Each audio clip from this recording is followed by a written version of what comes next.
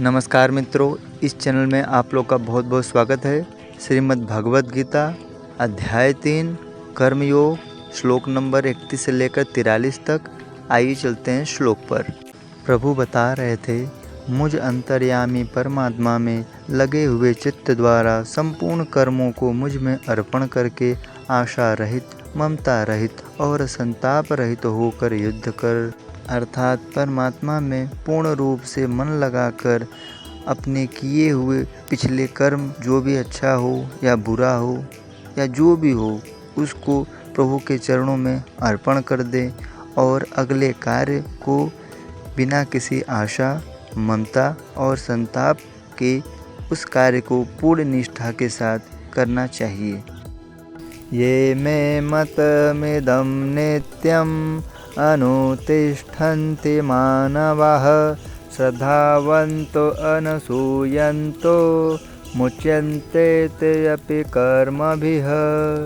जो मनुष्य दोष दृष्टि रहित और श्रद्धा युक्त होकर मेरे इस मत का अनुकरण करता है, वह संपूर्ण कर्मों से छूट जाता है।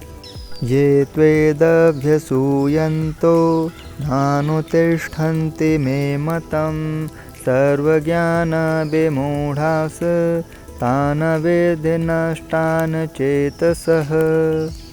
पर जो मनुष्य मुझ में दोषारोपण करते हुए मेरे मत अनुसार नहीं चलते हैं, उन मूर्खों को तू ज्ञान में मोहित और नष्ट हुए समझ।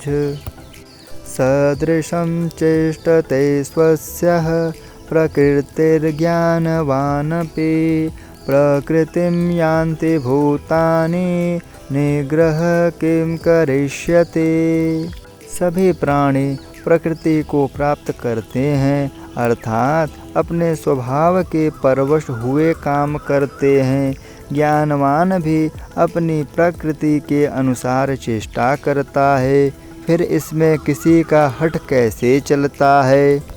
इंद्रियस्येन्द्रियस्यार्थे रागद्वेषो व्यवस्थितौ तयोर्न वशमागच्छेत्तौ ह्यस्य परिपन्थिनौ। इंद्रिय विषय में राग और द्वेष छिपे हैं। मनुष्य को इंद्रियों और विषयों के वश में नहीं होना चाहिए, क्योंकि ये दोनों ही कल्याण मार्ग में विघ्न डालने वाले महान शत्रु हैं। श्रेयान् स्वधर्मो विगूढ़ः परधर्मात्म स्वनिष्ठितात् स्वधर्मे निधनं श्रेयः परधर्मो भयावह। अच्छे प्रकार आचरण में लाए गए दूसरे के धर्म से गुण रहित अपना धर्म ही उत्तम है। अपने धर्म में तो मरना भी कल्याणकारक है, तथा दूसरे का धर्म भय का कारण हो सकता है। अर्जुन उवाच अथ केन प्रयुक्तोऽयं पापं चरति पुरुषः अनिच्छन्नपि वाष्णेय बलादिव नियोजितः।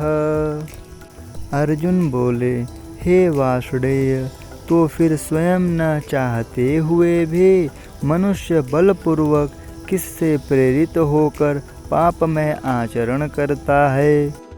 श्री भगवानुवाच काम एष क्रोध एष रजोगुण समुद्भवः महाशनो महापाप्मा विद्येनमिह वैरिणम्।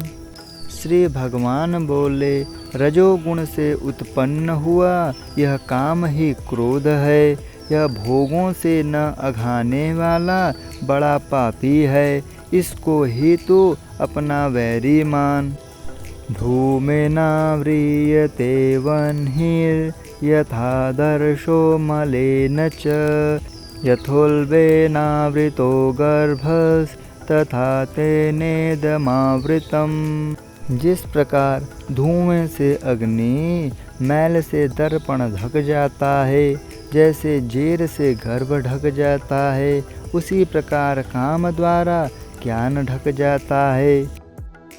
आवृतं ज्ञानमेतेन ज्ञानिनो नित्यवैरिणा कामरूपेण कौन्तेय दुष्पूरेणानलेन च।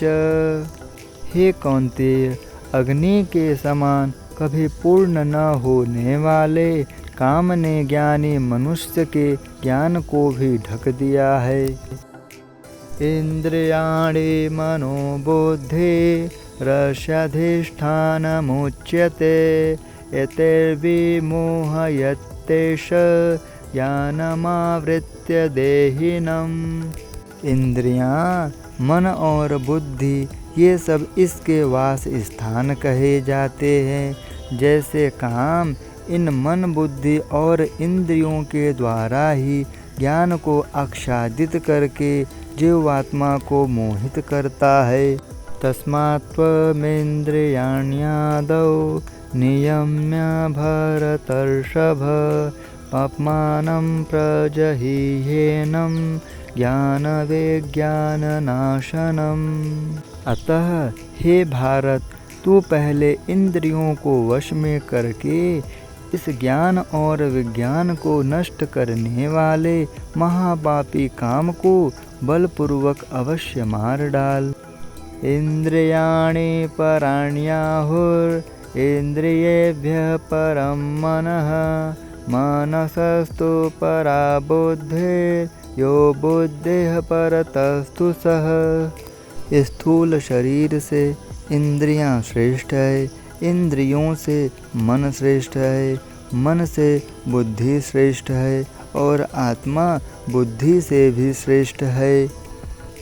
एवं बुद्धेः परं बुद्ध्वा संस्तभ्यात्मानमात्मना जहि शत्रुं महाबाहो कामरूपं दुरासदम्। इस प्रकार बुद्धि से परे अर्थात सूक्ष्म, बलवान और श्रेष्ठ आत्मा को जानकर और बुद्धि के द्वारा मन को वश में करके हे महाबाहु, तो इस काम रूपी दुर्जय शत्रु को मार डाल। आज के लिए बस इतना ही। श्रीमद् भगवद गीता अध्याय 3 कर्मयोग यहाँ संपूर्ण होता है। जल्द ही अगले अंक में आपसे मुलाकात होगी। तब तक के लिए नमस्कार, धन्यवाद। जय श्री कृष्ण।